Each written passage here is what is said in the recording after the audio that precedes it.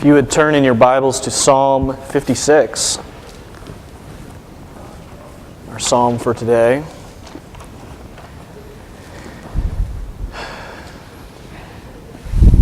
What are we to do when it feels like everyone is against us? When it feels like we have no friends? When it seems there are no good guys in the fight?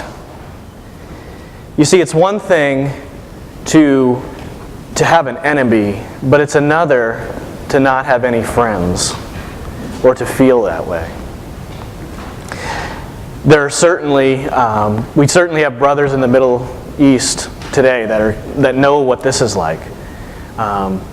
In the face of hostile, tyrannical governments, they also have, rebels fighting against those governments. Both sides hate them.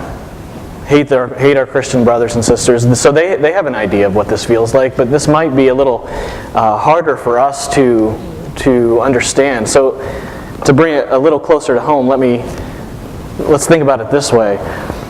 What about our circumstances? When it feels like we have difficulties in life and they're coming at us from every direction? Maybe we work in a hostile environment.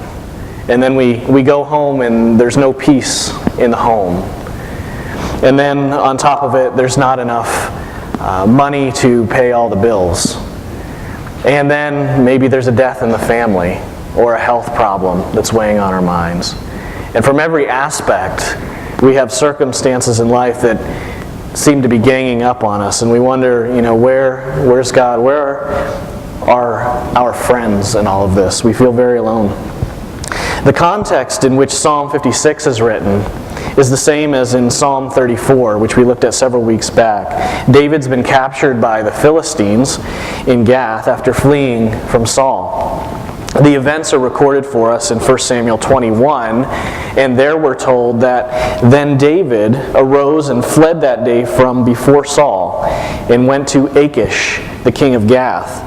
And the servants of Achish said to him, "Is this not David, the king of the land? Did they not sing of him to one another in dances, saying, Saul has slain his thousands and David his 10,000s? Now David took these words to heart and was very much afraid of Achish, the king of Gath." Think about this for a moment. David, he's not safe anywhere in Israel. When he tries to hide somewhere from Saul for a little while, he's betrayed, as we saw just 2 weeks ago in Psalm 54. David's betrayed by the Ziphites. So he leaves his homeland, crosses the border, and goes into Gath, only to fall into the hands of the Philistines. And there seems to be no way of escape for David. And we can see this in the text in verses 1 and 2. It says, "Be merciful to me, O God, for man would swallow me up. Fighting all day, he oppresses me. My enemies would hound me all day. For there are many who fight against me, O Most High." We see something here also of the propaganda war that's going on. Look at verse 5. He says, "All day they twist my words." 1 Samuel, what I just read, references the jingle that was written about David after he slew Goliath, about Saul slaying his thousands and David his 10,000s.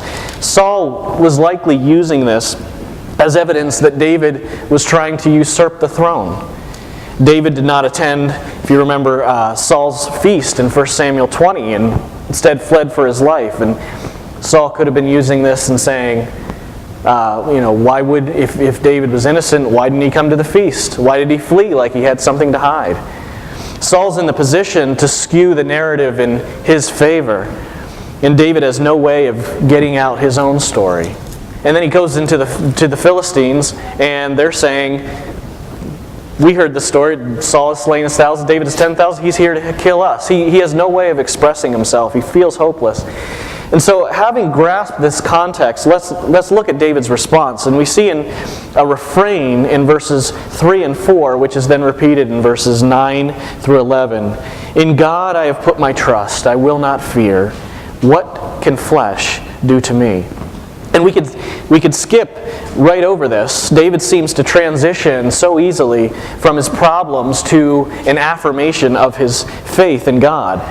And we can skip over this and think nothing of it. But if we stop for a minute and think about it, we all know this is an incredibly difficult thing to do in difficult circumstances. Why do we have so many psalms that seem to repeat over and over the same thing, similar themes? Because if responding in faith to difficult circumstances was easy, everyone would be doing it. We wouldn't need 150 psalms to repeat over and over the same message if it was such an easy and natural thing for us to do. As you see, in times like these, it's when we're most likely to think that our situation is an exception to God's rule. Ours is a special circumstances. It takes a work of grace, of God's grace in our hearts to be able to struggle to form the words that David does here in this passage. Remember, David's already been anointed king. Think about this. He's physically felt the oil run down on his head when Samuel anointed him. He's heard that he is to be king. He's heard from the Lord. He knows it. And yet he looks around at his present circumstances, and all of his senses are telling his mind that this is not true. He has to claim God's promise in verse 9 and say, "This I know because God is for me." And he doesn't know this based on his inductive, his senses, his experiences. He knows this because God has told him so. Likewise, we who know Christ have heard the witness of the Spirit of God. Romans 8:16 says, "The Spirit himself bears witness with our spirit that we are children of God." And Romans 8 then goes on to ask in verse 31, "What then shall we say to these things?"